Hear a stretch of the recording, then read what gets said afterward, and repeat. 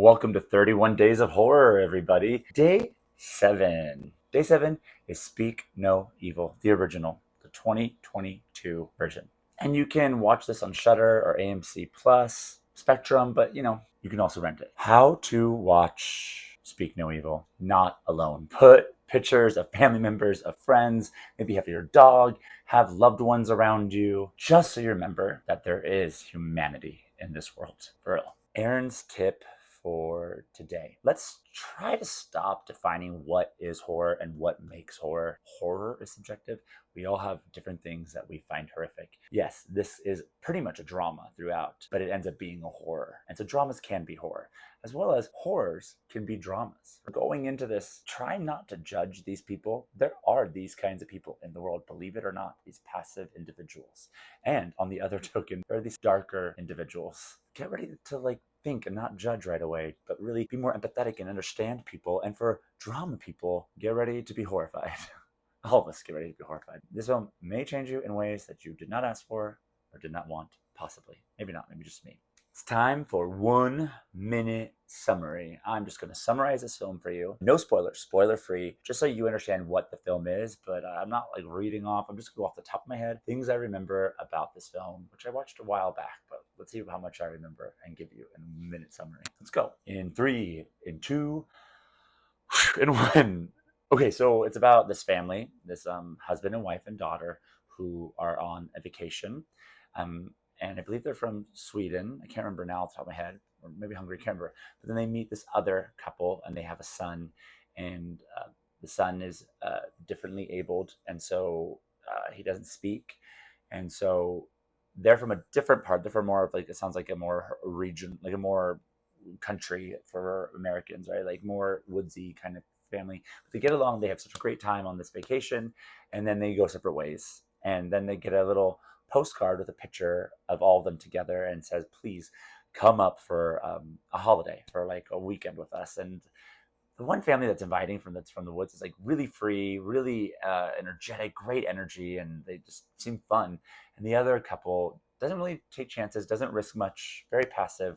So they go and they stay a weekend with this family and discover things along the way that don't want to give away too much. And it's been more than a minute, so that's my minute summary. So that's my 1-minute summary, but I want to give my thoughts about this without going too deep or letting this video become a 40-minute video.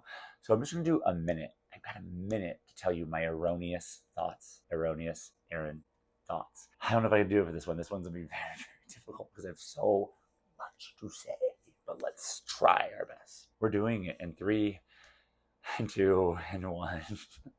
Okay, this film freaking affected me for days after, for weeks after. In fact, it's still affecting me in a lot of ways. This is for me, a film about following your gut, trusting your instincts, trusting your intuition, and knowing when to go. Yeah, know and trusting that it is, and people pleasing, right? This is really, for me, I think the whole story is about what we do as a culture because we feel like we have to be nice, right? Because nice is different than good. Being nice is just more kind of almost phony, fake, just doing niceties for each other, right? And so this film is a horror. I don't care what people say. I was horrified. I was horrified by the ending, and this is not a Hollywood ending. This is a thinker. This makes you think. This makes you think about your life. This makes you very angry at people in the film. Makes you very angry at the world. Makes you really question who you love and who you know and who you trust.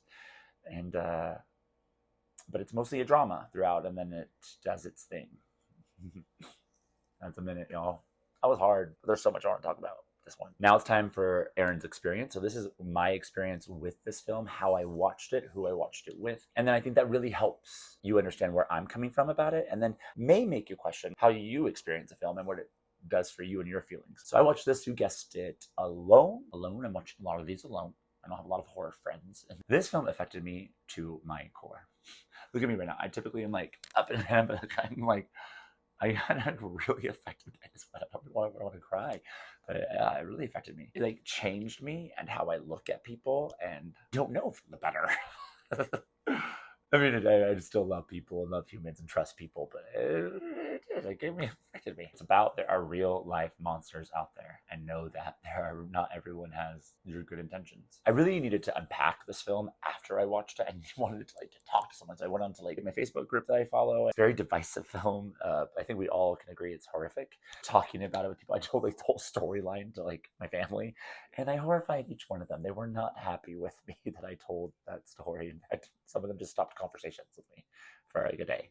Yeah, what I took away from it, just really listen to your gut, follow your intuition. It is a good guider. And these people had so many times to get away, and they did try and then were convinced. There's a time to let people, and there's a time to not let people. So did this film stick the ending? Horror films, I think, you can love a horror film, and then all of a sudden the ending happens and changes your whole opinion. If you don't know, 1, I don't like the ending, and 5, I love the ending.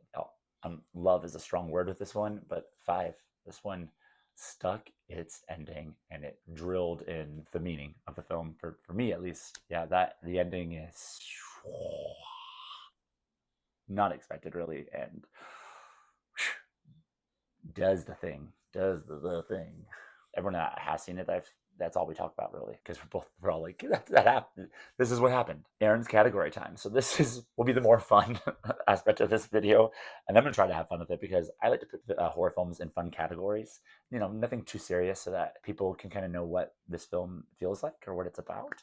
So here's my categories for this one. I don't know how fun they'll be. Let's see. It's a slow burn. This isn't scary throughout, right? This is a slow burner character thing. So slow burner character driven. Dark. This is dark, and not in the way of ghostly dark.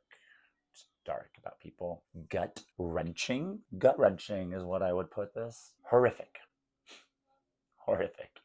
What I'll say it. Masterpiece. I don't say that very often. I don't very often go to the second hand, but I think that's called for, because I do. I think it's all those things, and a masterpiece about these things, right? I don't want to say that it's necessarily a masterpiece of that everyone has to go see. I don't know about that, but yeah. So we got slow burn, character-driven, dark, gut-wrenching, horrific masterpiece, if that means anything to you. So would I stab it again? Would I stab Speak No Evil again? Would I see the film again? I'd say stab it again. Nope. I'm not gonna watch this one again. No. No. And it's not to say that's not good. It's great. And I would recommend it to certain individuals that like horror. I don't think I could go through it again. I don't want to go through it again. It's so well done though. And the acting, the writing, it's great. It's really well done. And I don't think I need to watch it again, because I still think about it to this day. I'm still thinking about these characters. I'm still thinking about the choices. I'm still thinking about the ending. So I get to see it every day when I think about it. I won't go back. So that is Speak No Evil for you. Let me know what you thought about it if you've seen it. Also, I forgot to warn you, but it is subtitles and English. It's a bunch of different languages all in one. So if that bothers you, this might not be the film for you, but get over subtitles, as you know how I feel about that. And yeah, happy Halloween.